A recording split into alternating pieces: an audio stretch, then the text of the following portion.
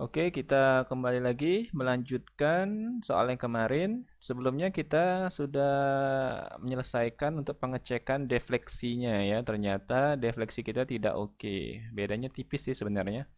Jadi untuk saran kalau misalnya nanti pada saat proses pengerjaan sebaiknya kita mengecek defleksi dulu ya, khusus untuk struktur kayu ya. Setelah defleksinya sudah aman atau bukan aman sih, maksudnya ini tidak sudah memenuhi syarat ya.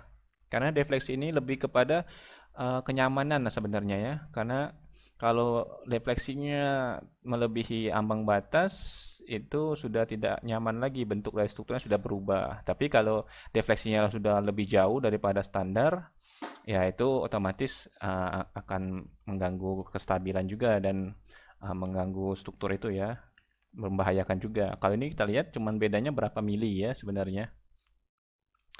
Oke, kita lanjutkan lagi eh, pembahasannya. Jadi di sini kita kalau didapati bahwa defleksinya itu tidak oke, kita ganti sini dimensi dari si strukturnya ya. Kita coba ukuran 160 ya. Sebelumnya tadi saya sudah coba 140, ternyata masih tetap tidak masuk ya.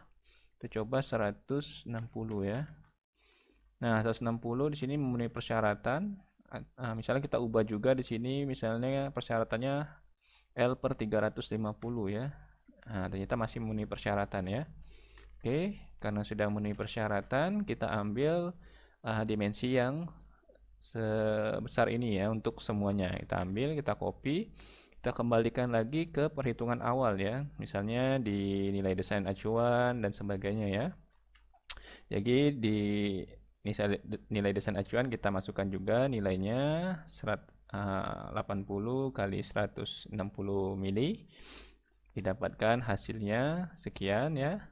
Karena kita sudah merancang program ini otomatis, jadi kita tinggal mengecek aja apakah ini udah oke atau belum. Ya, selanjutnya kita mengecek momennya ya. Kita masukkan juga dimensinya sama dengan beban yang sama ya. Kita cek di sini. Ini modulus penampangnya dan didapatkan desi rasionya sebesar 0,47 ya, jauh ya. Jadi momennya itu momen yang diakibatkan oleh beban-beban masih lebih kecil daripada momen uh, desain acuannya ya, atau momen resistennya. Nah, kemudian kita cek lagi terhadap apa lagi di sini ada bearing length-nya ya, bearing length. Kita masukkan nilainya sama 80 kali 160 dengan beban yang sama. Ya, ternyata di sini masih oke ya nilainya. Cukup jauh juga di sini. Kemudian kita masukkan ke soal yang selanjutnya yaitu geser. Kita masukkan nilainya. Kita save dulu ya, takut nanti ada error. Kita cek nilainya masih memenuhi persyaratan. Oke, jadi kalau semua dari desain tadi sudah memenuhi persyaratan, defleksinya juga sudah oke.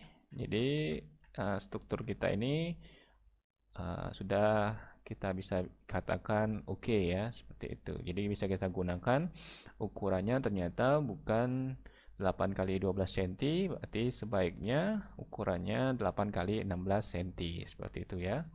Untuk menahan beban sebesar 150 kg beban mati dan 100 kg beban hidup. Oke, seperti itu. Terima kasih. Sampai ketemu lagi.